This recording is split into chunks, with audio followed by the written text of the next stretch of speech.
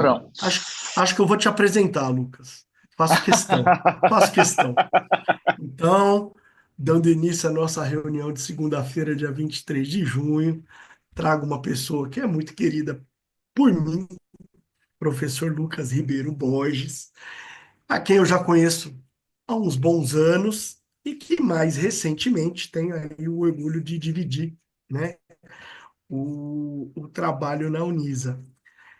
Professor Lucas andou prestando alguns concursos, nem foi só um, primeiro em São Carlos, esse segundo na Universidade da Fronteira Sul, né, no Campo Capecó. Ainda estamos estudando como isso funcionará, mas enfim, a aula que ele deu para o concurso foi uma aula de assistência ao parto, e assim, Luísa falou na semana passada sobre pré-natal, né? E foi a aula do concurso da Luísa, que eu também, infelizmente, não pude assistir porque estava em outra atividade, mas dando sequência ao pré-natal, temos aí uma aula, então, de assistência ao parto com o professor Luz, e é um grande prazer ter o Lucas. Fique completamente à vontade. Doutor, muito obrigado. Desde quando eu fiz meu R4, nos conhecemos, que participei do seu ambulatório. Agradeço o convite e essa aula foi dada para o concurso de professor efetivo da Universidade Federal da Fronteira Sul. E então o senhor tinha convidado e muito obrigado por esse convite. Fico honrado de poder compartilhar esta aula. É, Só um minuto que eu sou uma anta para mexer nisso daqui. Conforme o professor falou, esse foi o tema sorteado para a prova didática que foi apresentado à Universidade Federal da Fronteira Sul, campus Chapecó, como requisito do concurso público para magistério superior do edital, que não vem ao caso nesse momento. E declaro não possuir nenhum conflito de interesse. E nós temos que a assistência ao parto, ela modificou-se radicalmente no último século, reduzindo drasticamente a ocorrência de mortes maternas e perinatais. Como nós vemos na figura aqui, nós vemos o parto de Esaú e Jacob, que foi desenhado por um é, pintor francês, em que os partos eram domiciliares, só eram acompanhados por mulheres, em que as condições seriam mínimas para assistência deste parto. E hoje nós vemos como é feito mais os partos no nosso país. Partos hospitalares, acompanhados por equipes multiprofissionais. Aqui nessa foto nós vemos uma enfermeira, que é minha amiga, que cedeu essa É a foto, Ana Vilma? dando assistência. É a Ana Vilma, né? Querida. Que veio dando assistência ao parto para uma parturiente dentro de uma banheira, e isso vem mostrando o quanto nós evoluímos no último século. O que deve nortear essa assistência ao parto hoje em dia?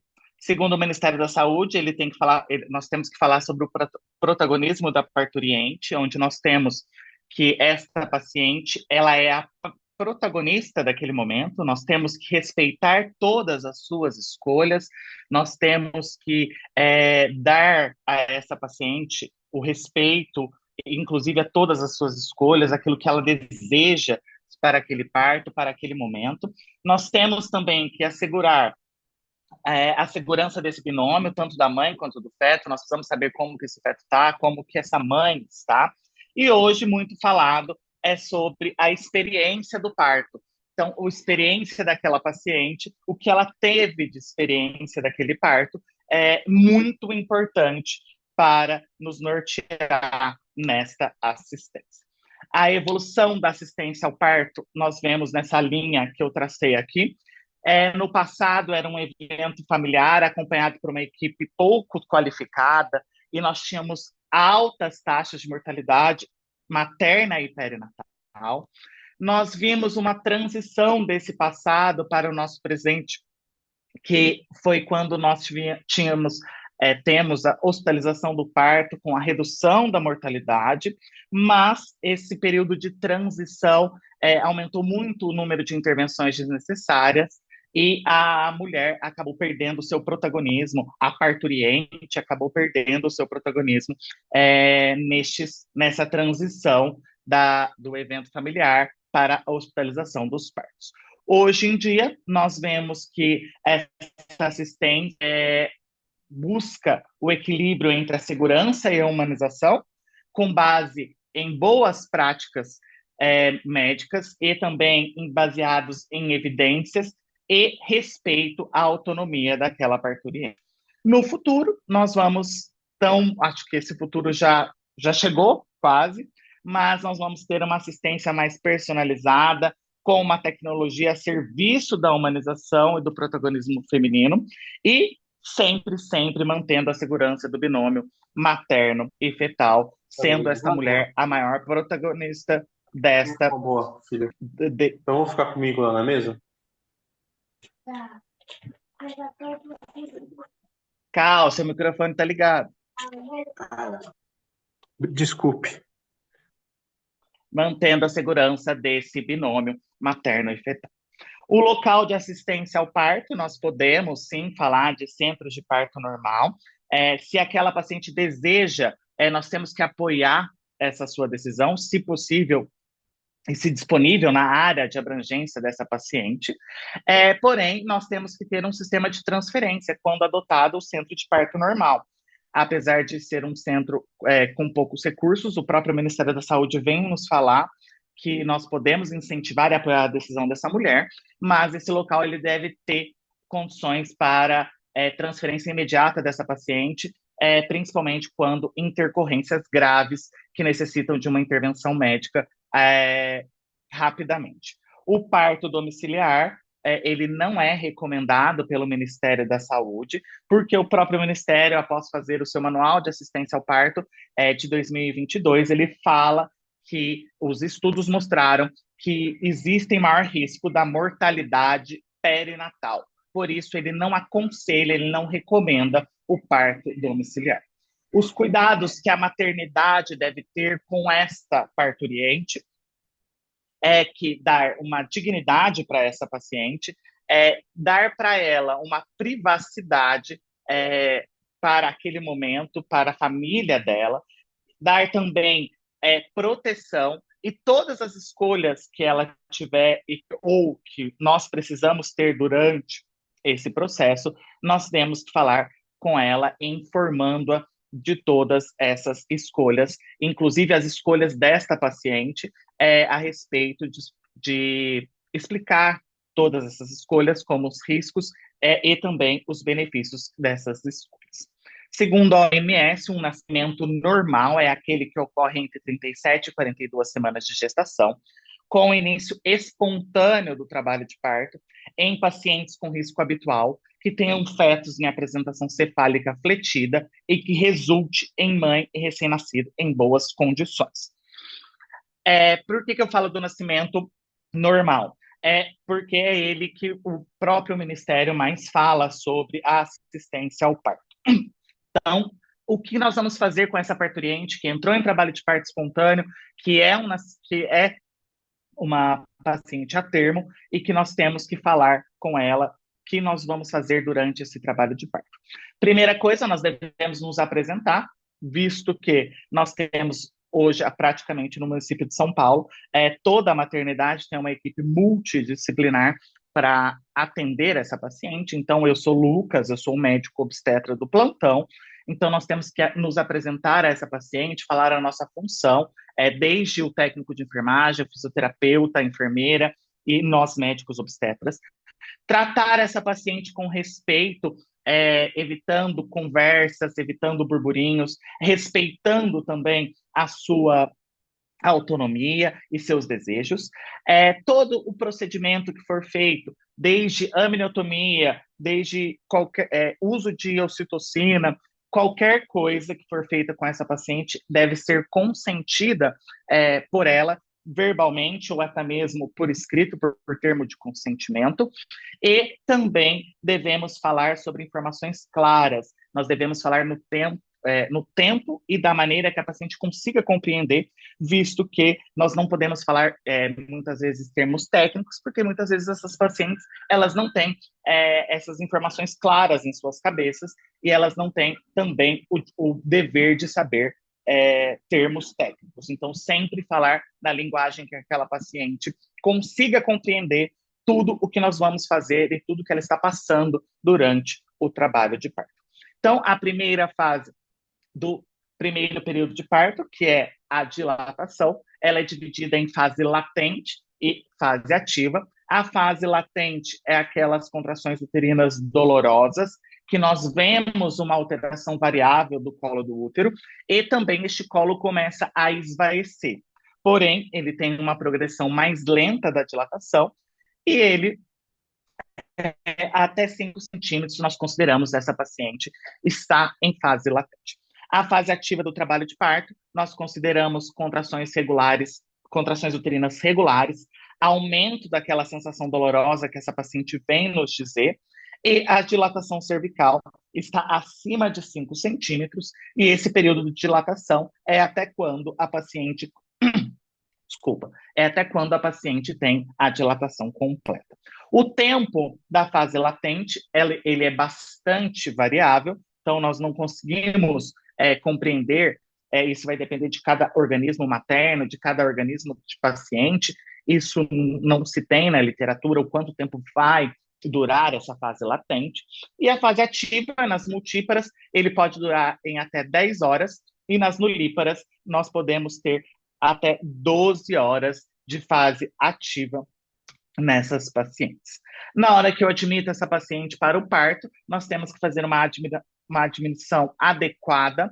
Aquelas pacientes que foram admitidas erroneamente por diagnósticos de fase latente, achando que a paciente estava em franco trabalho de parto, na fase ativa, nós devemos considerar essas pacientes, deixar elas mais individualizadas, em conforto, e assim nós fazermos para essa paciente menos intervenções até que ela consiga chegar a essa fase latente. Muitas vezes nós não conseguimos isso na prática clínica, porque nós precisamos de leito, nós precisamos de, entre outras coisas, mas o próprio Ministério fala e vem nos falando que pacientes admitidas em fase latente para o trabalho de parto, elas devem ser colocadas em salas individualizadas, muitas vezes nós não temos isso, e deixando o segmento espontâneo deste trabalho de parto.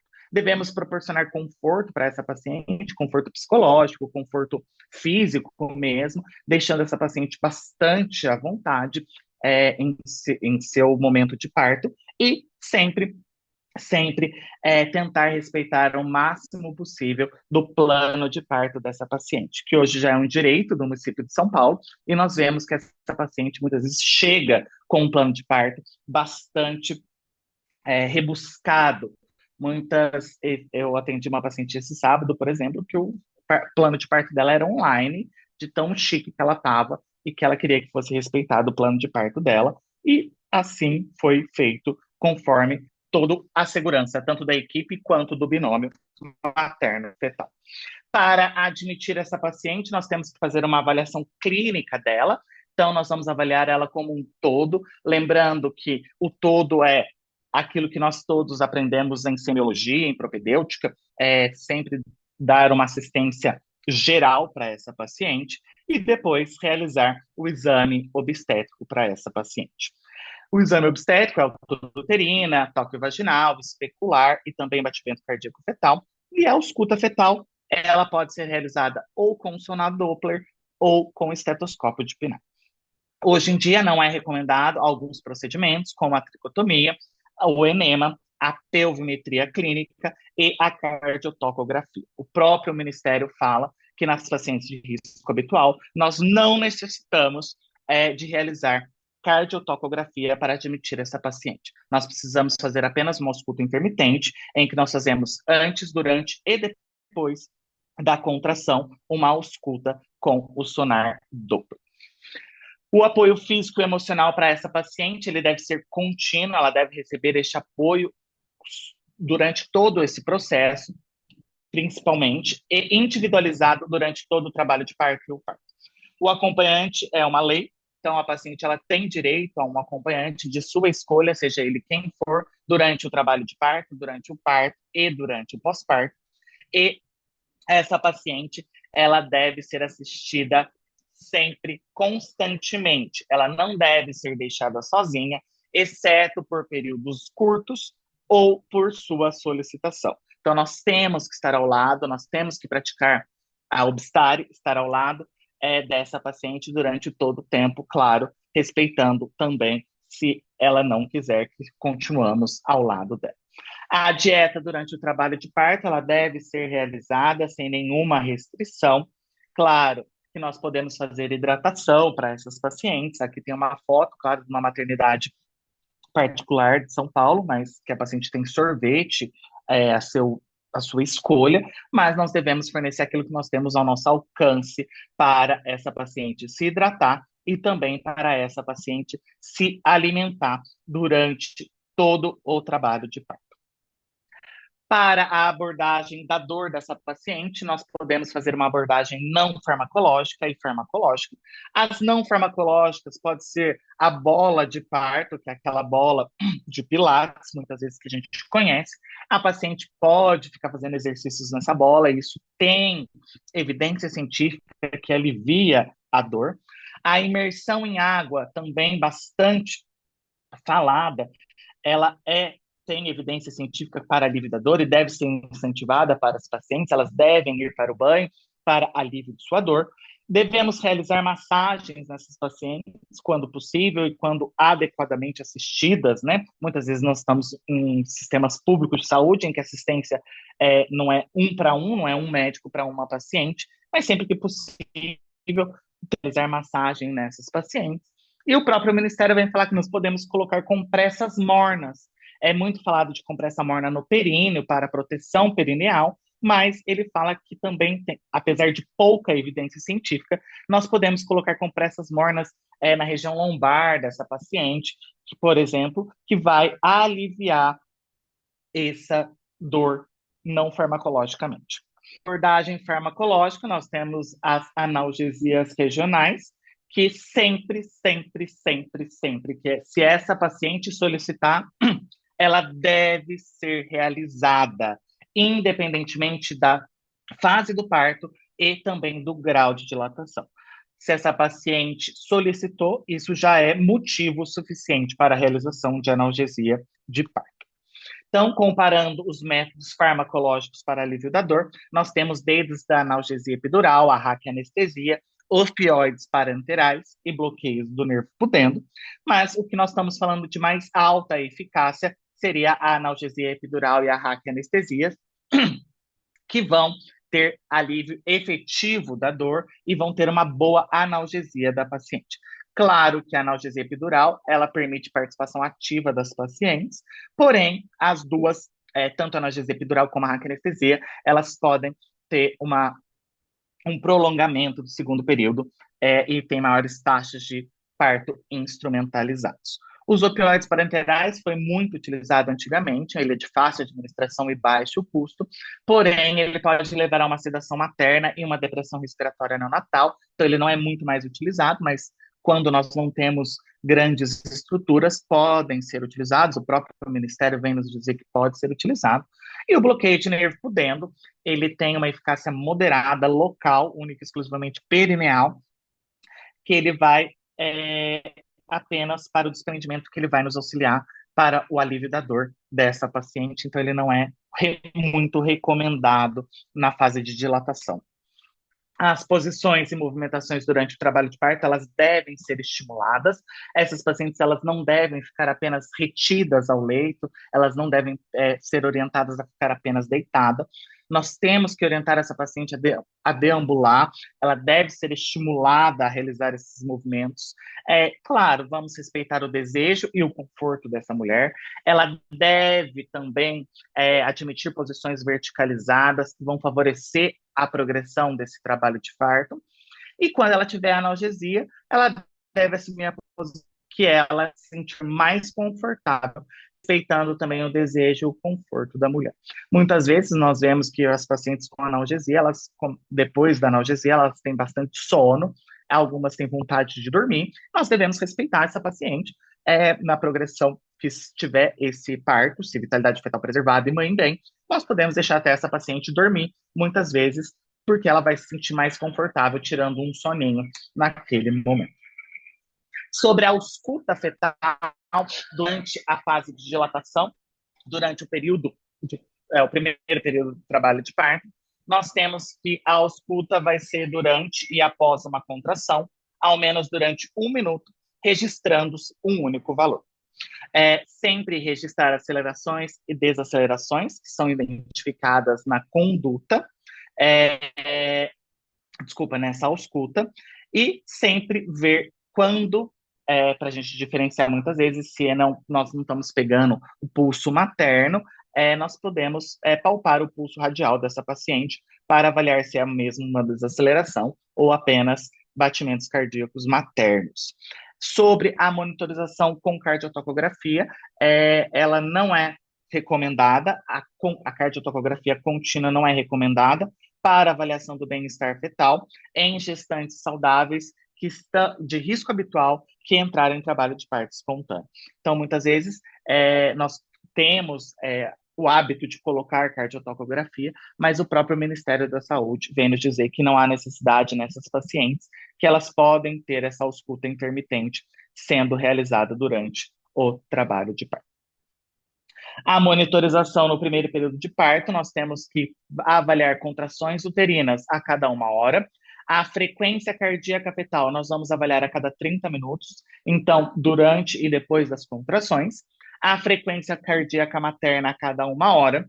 A temperatura e pressão a cada 4 horas. A diurese, nós vamos registrar a frequência. E o exame vaginal, o toque vaginal, o próprio Ministério vem nos dizer que não é mais para realizar de 1 em 1 hora. Por exemplo, eu aprendi de 1 em 1 hora quando eu fiz graduação, mas hoje nós já falamos que nós vamos realizar toque vaginal a cada 4 horas, ou se houver uma suspeita ou preocupação quanto à progressão deste trabalho de parto. Não há mais a necessidade de ficar realizando toques vaginais repetidos, porque isso gera bastante desconforto para essa paciente. O partograma na assistência do trabalho de parto, ele foi muito utilizado, esse é o partograma que nós temos mais difundidos em obstetrícia, tanto que nós damos aula desses partogramas, desse partograma e suas distócias, quando diagnosticar. Ele foi utilizado como nossa bússola, né, para registrar, monitorizar todo o trabalho de parto e parto. Principalmente nele nós conseguimos registrar os parâmetros clínicos importantes para essa paciente. Em 2020, em 2021, a própria OMS, ela vem nos dizer que este partograma deve ser deixado de lado, e este novo partograma, este exemplo de um novo partograma, não, que vai ser o novo partograma utilizado na prática obstétrica, sem linha de alerta, sem linha de ação. Lembrando que isso já caiu por terra faz bastante tempo e nós não temos mais a necessidade de realizar aquele partograma lá atrás, e hoje eles nos pedem para mudar para este partograma que está aqui na ponta do laser. O que nós vamos falar de intervenções no primeiro período do parto, na fase de dilatação? Quais são as intervenções não recomendadas? A amniotomia isoladamente, o uso de ocitocina e prescrever Buscopan para essa paciente. Isso não é mais recomendado, nós não temos mais necessidade de realizar todos essas intervenções, porque nós devemos respeitar o tempo, respeitar essa paciente, para ela se sentir confortável durante todo o período do trabalho de parto. Nós devemos também diferenciar a fase latente dessas pacientes, como eu falei para vocês lá atrás. Essa fase latente, ela deve ser diagnosticada muitas vezes, por isso que nós atualmente internamos pacientes acima de 5 centímetros, para que nós não tenhamos que realizar intervenções médicas desnecessárias para acelerar aquele trabalho de parto. Como falei também, trabalhamos em maternidades superlotadas, muitas vezes no sistema público de saúde, e nós precisamos de leito, e uma maneira de fazer vamos romper bolsa, vamos ligar ocitocina. Não, nós não vamos fazer isso, nós temos que respeitar essa paciente, respeitar a fase latente em que ela se encontra, para sempre orientando essa paciente, falando de uma maneira adequada para ela, ao invés de acelerar este trabalho de parto. A falha de progressão, se houver qualquer falha de progressão nesse período de parto, ela deve ser realizada, deve ser avaliada, essa parturiente, por um médico obstetra de plantão ou pelo assistente, para revisar o diagnóstico e decidir sobre as opções de manejo. Claro, se houve parada secundária da dilatação, essa paciente parou de dilatar porque está sem ocitocina. Podemos colocar ocitocina? Sim, é aí que vem o uso criterioso dessa ocitocina no trabalho de parto. Quando houver indicações, ela deve ser utilizada, porém, o próprio Ministério fala que não é obrigatório a prescrição de ocitocina para todo mundo. Antigamente tinha um combo para todas as parturientes que eram admitidas ao pré-parto, então era tricotomia, enema, ocitocina, rotura de membranas. Não, nós não vamos mais colocar para todo mundo ocitocina. Não, nós não vamos fazer aminotomia para todo mundo. Não, nós não vamos fazer absolutamente nada. Nós vamos aguardar a evolução espontânea deste trabalho de parto, aguardar a avaliação, a evolução fisiológica deste trabalho de parto.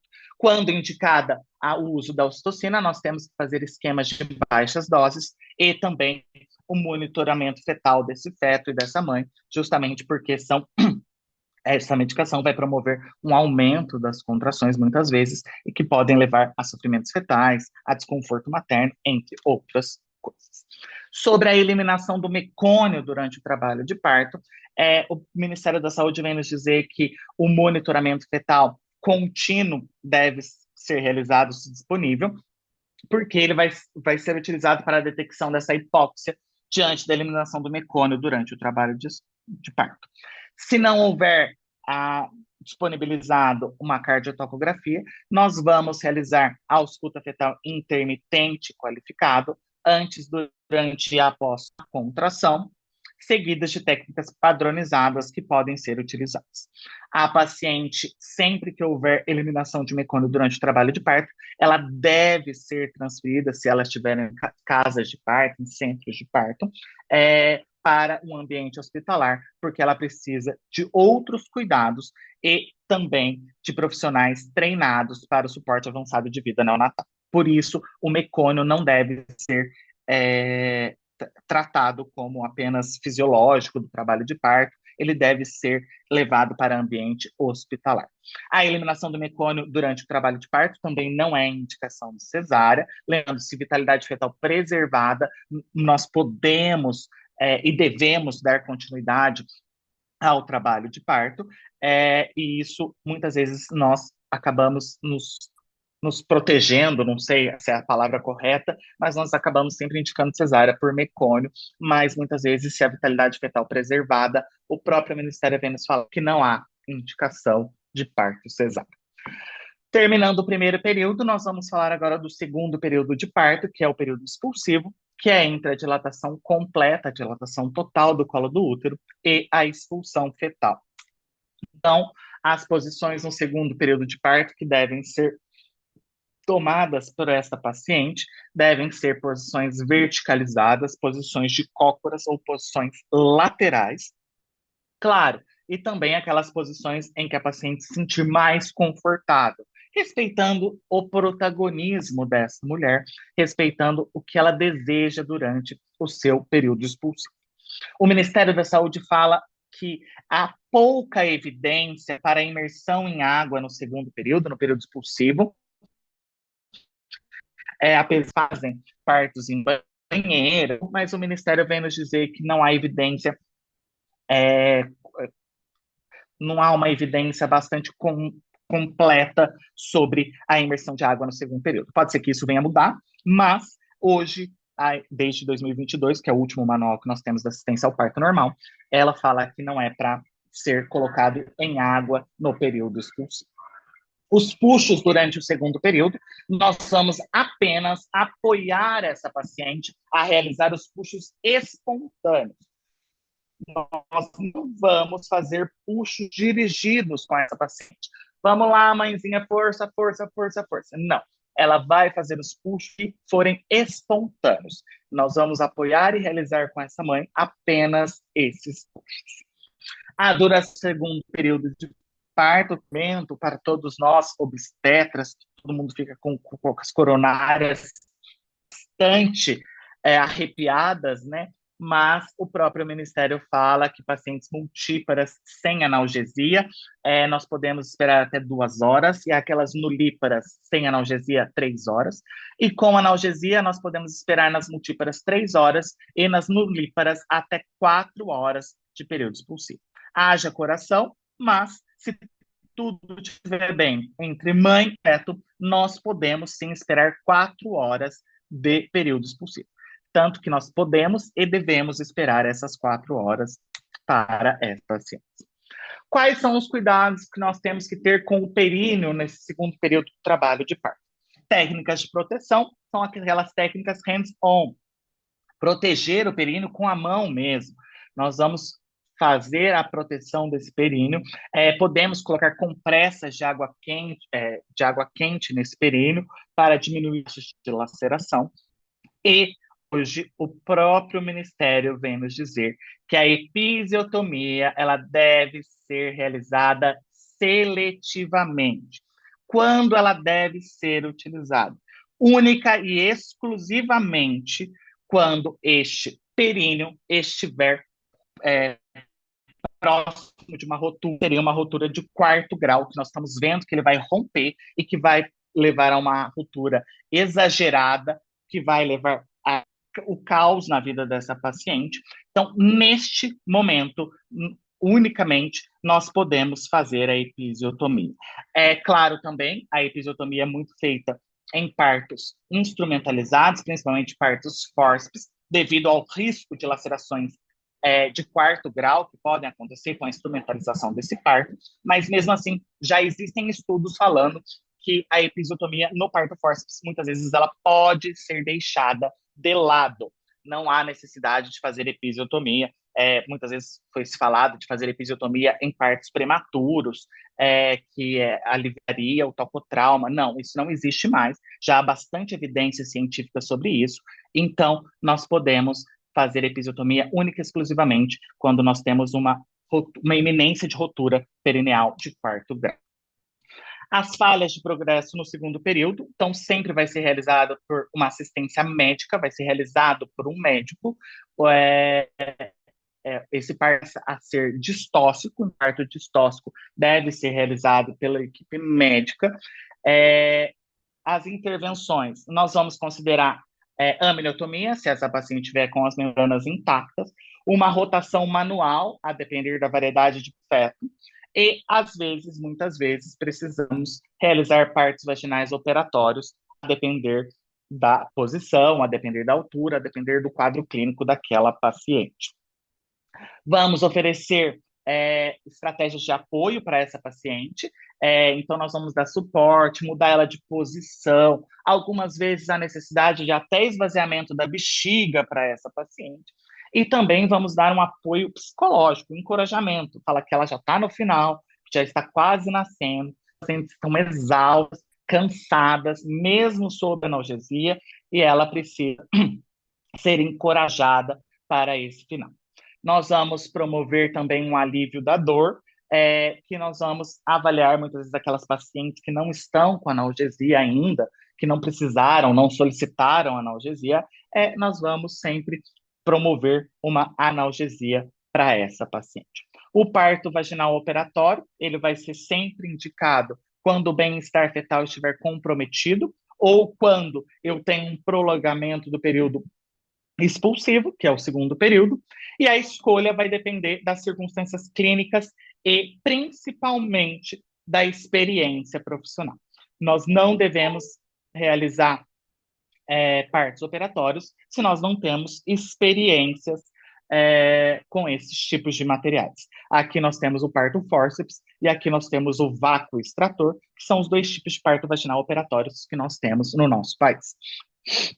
Os cuidados que nós devemos ter durante os partos operatórios é que não se deve ser realizado várias tentativas sequenciais de parto.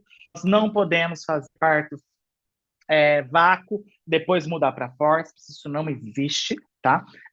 Deve ser tentado apenas um estudo, e cada um respeitando o seu tempo e também as suas falhas, e o fórceps sempre deve ser anestesia.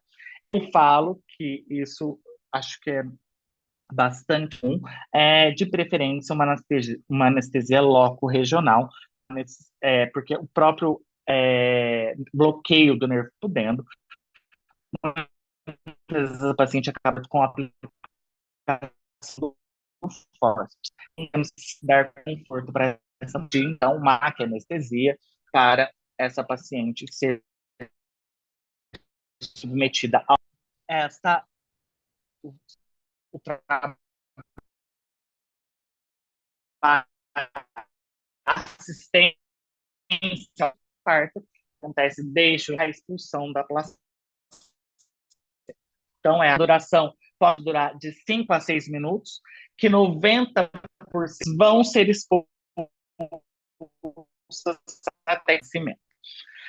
Uma vez após a expulsão do feto uterotônicos, o Ministério da Saúde vem nos recomendando essa prática de realizar ocitocina intramuscular 10 unidades com o desprendimento do ombro, da espádua. Nós já devemos realizar 10 unidades M em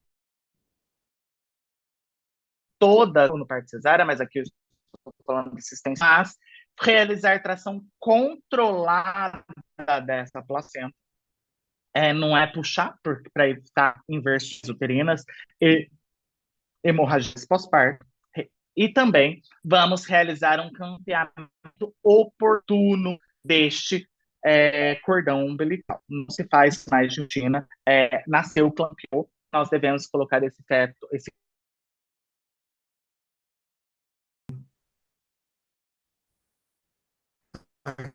Geral, a Ilana, a Tati.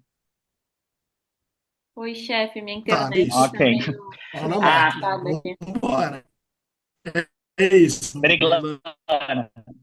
A expulsão e a revisão que nós temos que usar como as manobras de expulsão, aguardar o próprio corpo experimenta, e em todas as placentas expelidas, nós temos que realizar um exame sistemático das placentas e verificar a integridade desta placenta e das membranas para, assim, termos certeza de que houve a expulsão completa desta placenta. A massagem uterina no pós-parto, no terceiro período de parto, muitas vezes a gente acaba fazendo, ela tem pouca evidência de que isso melhora o sangramento, diz que melhora a dectação, não é para ficar se fazendo massagem uterina no pós-parto, porque isso, além de ser doloroso e desconfortante, tem poucas evidências para a expulsão e também para vamos falar, para evitar hemorragia pós-parto neste momento. Nós vamos sempre avaliar o tônus, sim, nós vamos palpar esse útero, mas não realizar massagem, para diagnósticos precoces de hemorragia pós-parto por atonia uterina. Única e exclusivamente é para a avaliação do tônus e não ficar massageando o fundo uterino. O reparo das lacerações, ele deve ser realizado com anestesia adequada, quando as pacientes estão tibesiadas, devem ser realizados anestesias locais, ou muitas vezes, dependendo da laceração, se for de terceiro e quarto grau, deve ser solicitado anestesias loco-regionais. Deixar descrito a extensão e também a localização dessa laceração em prontuário, sempre anotar isso em prontuário. Deixar a paciente o mais confortável possível para esse reparo também é bastante fundamental. E as lacerações perineais são classificadas em graus, de acordo com sua extensão e profundidade, e o reparo deve ser realizado por um profissional capacitado, utilizando técnicas e materiais adequados para essa paciente. A interação mãe e filho no pós-parto deve ser estimada. Nós devemos realizar o contato pele a pele já nos primeiros momentos de vida desse recém-nascido, estimular o aleitamento, a amamentação precoce dessa paciente e, muitas vezes, fazer o contato pele a pele com o parceiro ou com a parceira dessa mulher que vem parir com a gente. Então, fazer um contato pele a pele com o pai, como mostra esta foto, é uma foto real de uma colega também que me forneceu essa foto, em que esse recém-nascido foi colocado em contato com o pai para um melhor vínculo entre eles. Por que nós fazemos esse contato pele a pele? Para a regulação térmica, vai ajudar a estabilizar a temperatura corporal desse recém-nascido, vai reduzir o estresse do recém-nascido na data da gestação. Nós vamos ter uma estabilização cardiorrespiratória dos parâmetros fisiológicos neonatais, vamos favorecer a essa amamentação, então é melhor esse contato pele a pele, ajuda a essa descida também do leite, inclusive, e vai fortalecer o vínculo materno com o seu filho desde os primeiros momentos. E, como eu disse, se possível, estimular o contato pele a pele com o pai, que também vai fortalecer esse vínculo pai-filho. Para concluir essa aula, nós vamos falar sobre o protagonismo feminino, respeito e autonomia a todas as escolhas desta mulher, claro, baseados em evidências. Eu não vou falar sobre protagonismo, escolhas de pacientes absurdas, não. Nós vamos falar sobre práticas baseadas em evidências. Também as práticas baseadas em evidências devem ser realizadas aquelas intervenções só quando forem necessárias e também benéficas. Lembrando que nós temos que ter uma equipe multidisciplinar atuando integralmente junto dessa paciente, o técnico de enfermagem, a enfermeira, o médico, o fisioterapeuta disponível, o acompanhante. Isso é uma equipe, nós temos que trabalhar até mesmo com a ajuda do acompanhante. É muito difícil, muitas vezes, o acompanhante nos ajuda, mas quando necessário, quando ele puder estar ao nosso lado, isso é muito bom, muito legal, e nós temos que ter uma segurança materno-infantil. Nós temos que garantir os cuidados que vão preservar a saúde desse binômio, e mais uma vez, esse é o mais importante para nós respeitarmos todas as escolhas desta paciente. Então, como são os modelos de assistência ao parto? Hoje é o modelo colaborativo.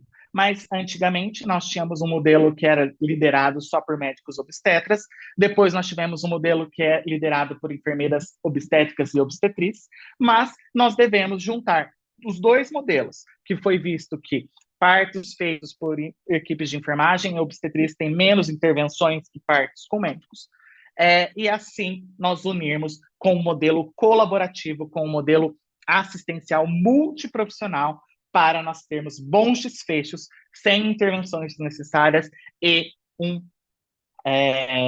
vamos falar assim, uma qualidade do parto, uma satisfação do parto para essa paciente bastante adequada.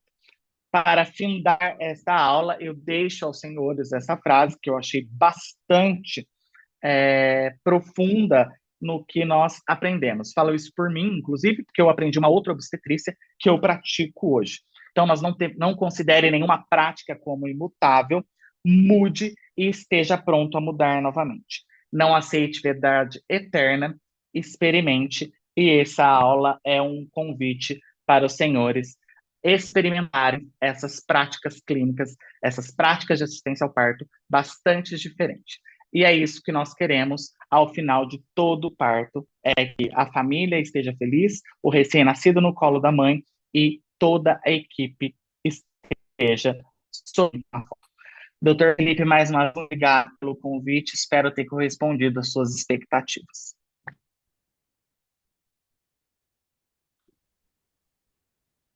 Seu microfone está desligado. Essa aula realmente foi incrível. Ó, eu acabei de receber da minha filha aqui um slime, como vocês podem ver, tá? Ela tá bem gordenta.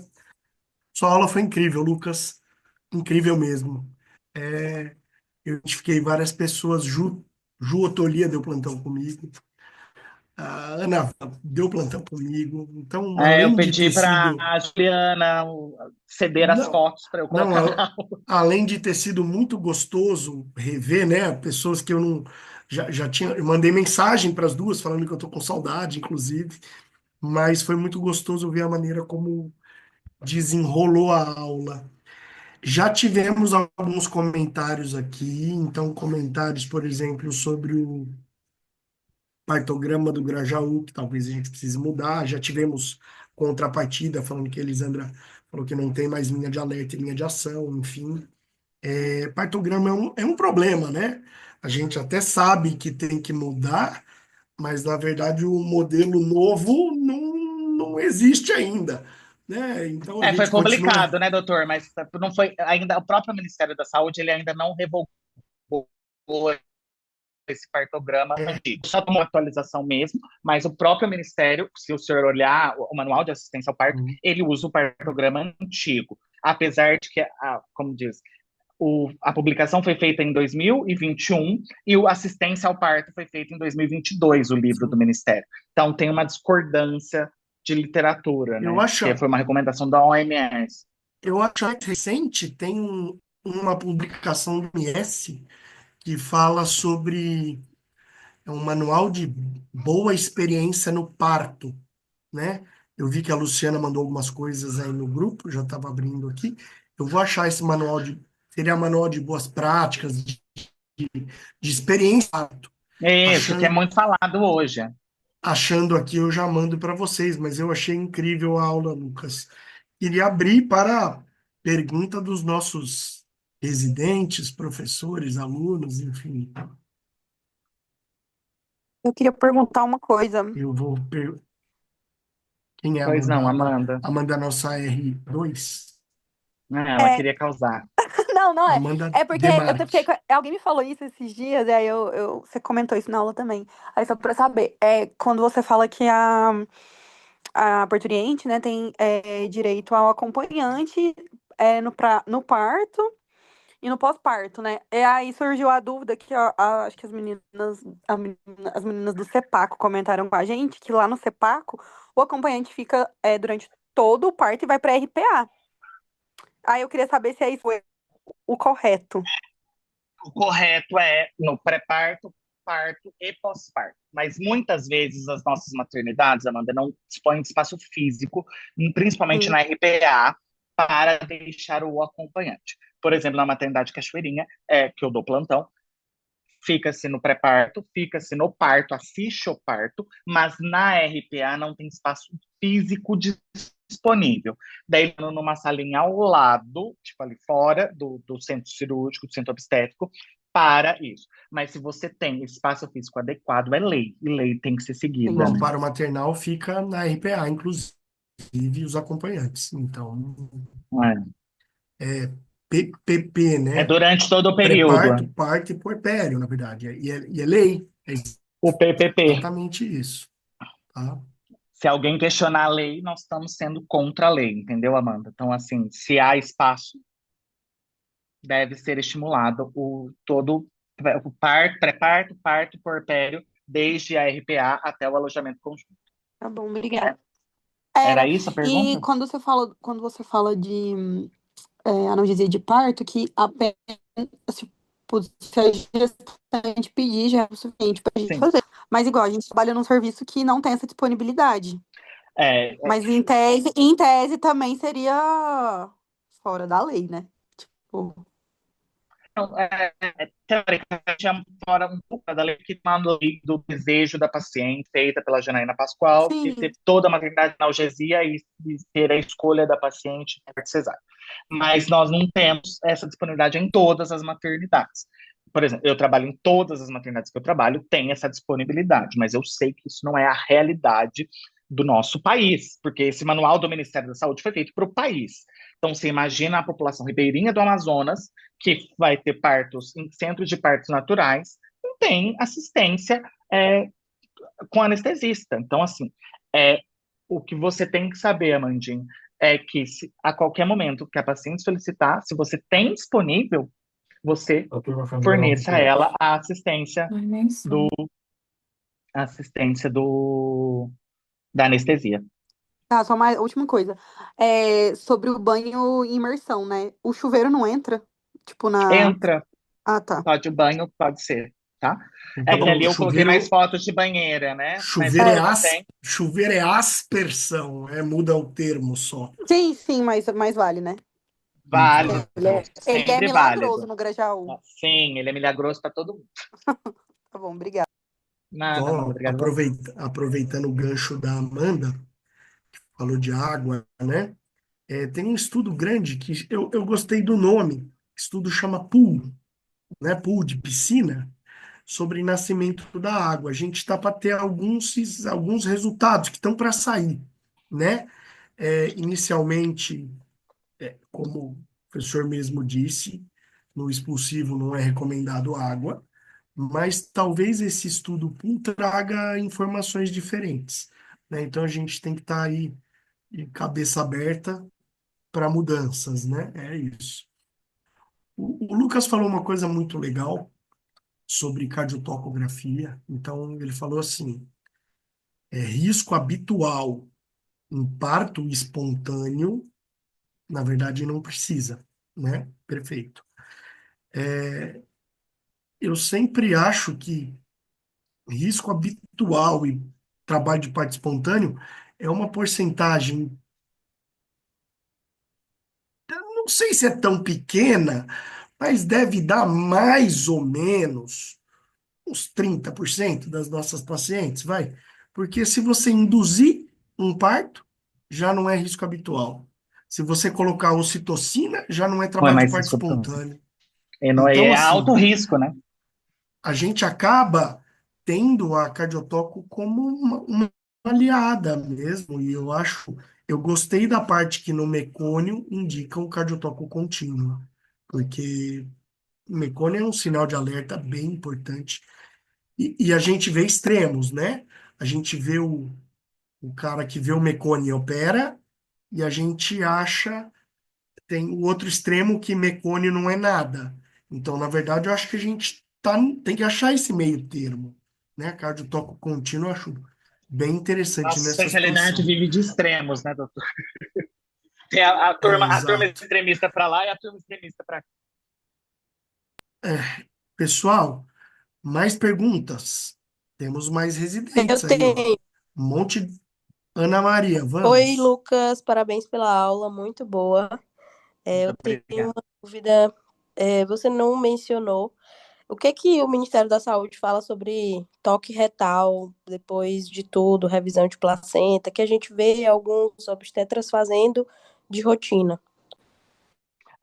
A gente não faz, porque ele já não recomenda mais fazer episiotomia, tá? Você vai fazer toque retal única e exclusivamente se a paciente tiver alguma reparo perineal de grande profundidade, que seria uma laceração de terceiro, quarto grau, para apenas ver se há transfixação de ponto, única e exclusivamente, Ana. Caso contrário, a própria episiotomia não é mais recomendada de rotineira, então toque retal não é recomendado rotineiramente, salva-se exceções. Então, seria episiotomia seletiva, toque retal seletivo. Tá bom, obrigada. Nada. Tem mais. Estou vendo alguns nominhos aqui, nominhos que andaram lá pelo Grajaú, Mariana Bordon, Luma. Eu vi, tem outros internos aqui presentes, viu? Tem a Maria Luísa. E aí, meninas, alguma pergunta para o professor Lucas? Doutor, tudo bem? Aqui é a Juliana, sou R1. Fala, Ju.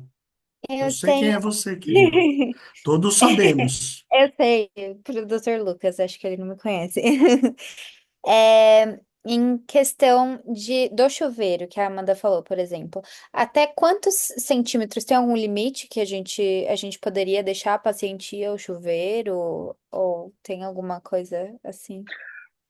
O que eles não recomendam, Juliana, é realizar partos em imersão. É que Então, assim, você pode colocar a paciente em período expulsivo. Se ela tiver em boas condições para aguentar, a você Ju, pode colocar ela é que para tomar banho com o período expulsivo. a Ju foi batizada lá no chuveiro, é por isso a pergunta dela, viu? Ela foi fazer, Ah, ela botou a paciente no chuveiro e teve que tomar um banho. É o motivo da pergunta, viu, mas Lucas? é isso, Juliana, que é isso que eu ia falar agora. Você tem que tomar cuidado para você não fazer o parto no banheiro, que não é o Me mais. deu muito medo do bebê escorregar ali, então. Então você tem que ficar esperto quanto a isso. Mas não existe uma regra, tá? Você não colocar a paciente no período expulsivo não é o mais ideal, porque pode ser que nasça dentro do chuveiro e você não queira isso. Mas até a dilatação total, ok, e tá de bom tamanho. Tá certo, obrigada. Tá bom, Eu imagina. acho, eu acho que não tem nenhum obstetra que nunca fez um parto no chuveiro ou que nunca sujou uma cueca e uma calcinha numa cesárea. Isso, infelizmente, são coisas da vida, viu, gente? Tá? Doutor Que Lucas, mais, gente? Opa, valei.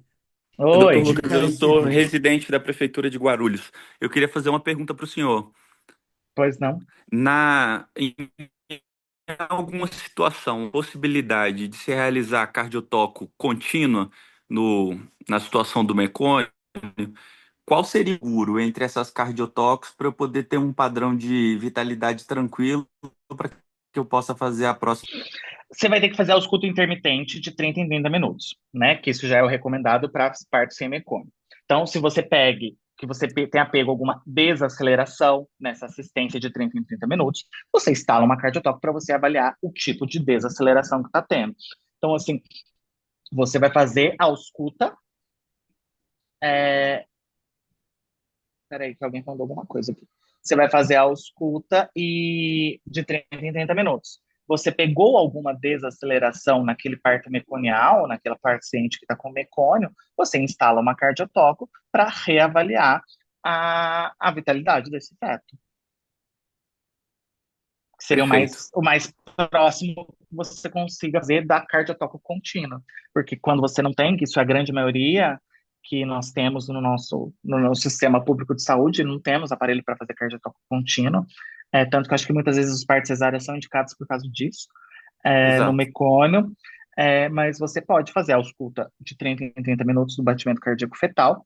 Você viu algo, claro, antes, durante e depois da contração, tá bom? Não é só para fazer fora da contração, isso não é importante, não tem importância clínica fazer só fora da, da contração, você tem que fazer antes, durante e depois. E você pegou alguma desaceleração que esteja qual tipo de lesão, você acaba instalando uma cardiotoco para você ter uma avaliação mais rigorosa dessa vitalidade nos partos Ótimo, muito meconianos. obrigado. Era Era isso a isso pergunta? mesmo, muito obrigado. Tem uma pergunta aqui que eu acho que não vamos saber responder. Olha lá, Elisa, a gorducha. É fofinha, lindeza.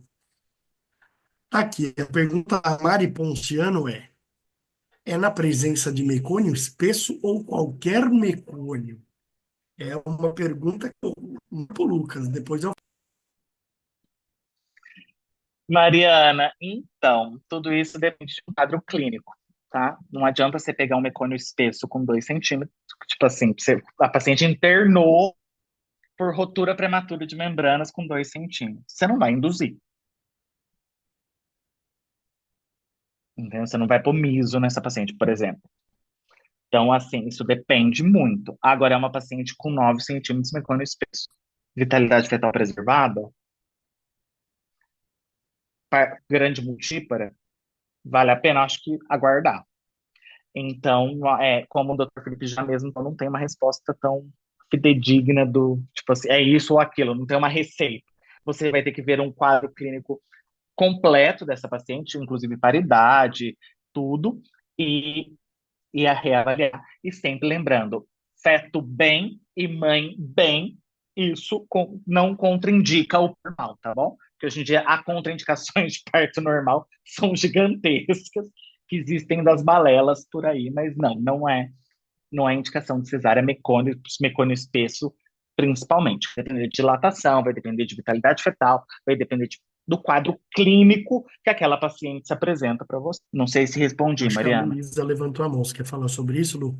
Ah, era para complementar, não, né, do mecônio, até para os residentes, né, que às vezes, a depender, né, do assistente, houve muita indicação de cesárea por mecônio, e o que a gente tem de evidência mais atual é de que o mecônio deixou de ser um marcador de sofrimento fetal. Inclusive, até na reanimação, né? Antes era um critério, uma daquelas perguntas, se você vai entregar para o neo, vai deixar no colo da mãe, era está banhado em mecônio? E essa pergunta saiu, né? Então, o fato de estar banhado em mecônio não indica nem reanimação neonatal, né? Então, ele deixou de ser um parâmetro isolado. Então, o que vai mandar é a cardiotoco. Se está desacelerando, não, se tem marcador de sofrimento fetal na cardiotoco, independente do mecônio. E outra coisa que eu queria trazer na discussão é que tem se questionado muito esse grau de mecônio em cruzes, né? por ser algo muito subjetivo e de que não tem evidência de que, na verdade, apesar da gente se assustar mais, quanto mais espesso o mercúrio, né? Até porque na nossa formação a gente aprendeu, mas pegando esse gancho aí de estar resetando aí as nossas, né, os nossos princípios, de que se não é muito isso de você graduar o mecânico, porque na verdade não teria tanto dado clínico e existe muita variação interexaminador, enfim, é muito subjetivo, né?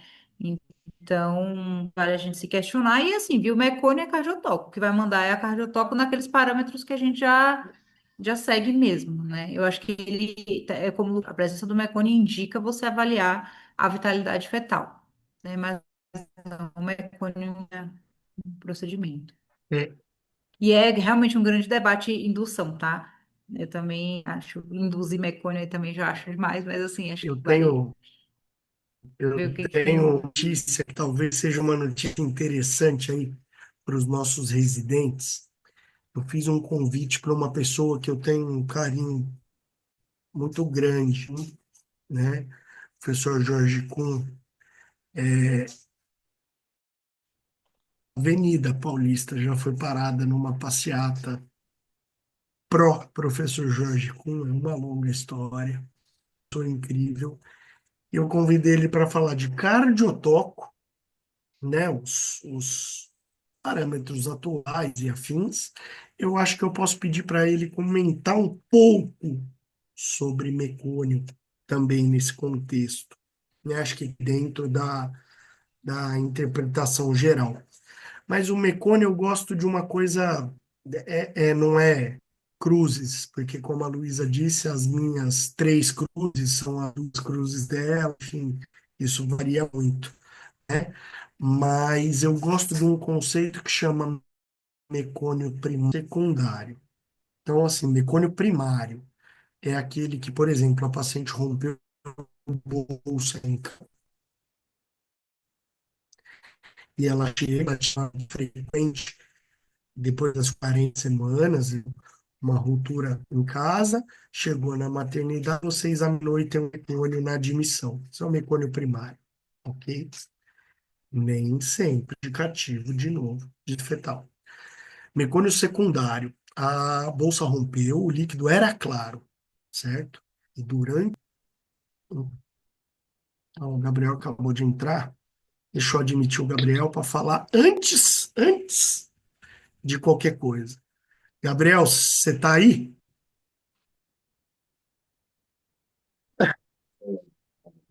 Fala, meu. Oi, tô aqui.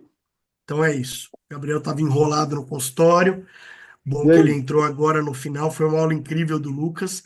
Eu Puta, eu queria, gostei Gabriel, muito. que você, na sua pessoa que conseguiu todo o, o happy hour científico, convidasse a todos aí para participar da nossa, vou falar de despedida do primeiro semestre na semana que vem. Fica à vontade, querido. Bom, pessoal, vai ser um prazer ter todos vocês lá. A gente vai fazer um workshop do Implanon, tá? Oferecido pela Organon para os residentes, tá? E eu queria que vocês, preceptores, professores deles, estivessem lá com a gente vai ser na Ultravia, e vai ser muito gostoso. Segunda-feira que vem, não é isso, Gabriel? Segunda-feira que vem, dia 30, né? E Isso. aí, e aí a gente vai contar com uma aulinha super rápida sobre o Implanon, né? E eu queria saber a opinião deles sobre a implantação do dispositivo no hospital. É mais ou menos isso. Maravilhoso. Então, quem ainda não Então, pôs o nome lá e o CRM, põe o nome e o CRM para poder mandar lá para o pessoal do Organon. teríamos uma aula minha semana que vem, mas essa aula foi automaticamente transferida para o segundo semestre depois desse Perfeito. convite, né? Por uma Põe aula põe jantar uma e boa carinha, põe uma noite. carinha. Acho justo, Vale. né? Ainda mais que o convidado era eu mesmo, de casa. Então a gente me convida mais para frente, pode ser assim? Então, Gabriel, obrigado aí pelo reforço. Eu que E aí, agradeço. Que Espero horas todo que agora, vai mundo lá. ser mesmo? Que horas que vai ser? Vai ser às 20 horas. Mas Ah, pode beleza. chegar, pode chegar mais tarde, não tem problema. A gente vai estar lá. Não, tá bom, obrigada. Imagina. não, aí, ó. Então temos aí Nome e CRM, não é isso, Gabriel, que Nome precisa? CRM, eu vou pôr de novo no grupo. Gabriel bota lá no grupo de novo. Vamos fazer um esforço todos para irmos. Vai ser legal, tá Vai ser bom? bacana. Onde vai ser? No Eltravia do Itaim. Carne top, carne boa. Tá de boa. É isso. Bom, Espero vocês lá, então, hein? maravilha. Bom, mas não vai embora não, velho, porque agora começa, na verdade, eu não vou espelhar o slide, mas eu vou ler de novo. Tá, eu tô aqui. Não, não considere nenhuma prática imutável. Mude e esteja pronto a mudar novamente. Então é o seguinte, meninos. Mudaremos novamente. Deixa eu explicar para vocês como será essa mudança. Então, assim, do EVA fomos para a policlínica, da policlínica, enfim, temos só 6 salas.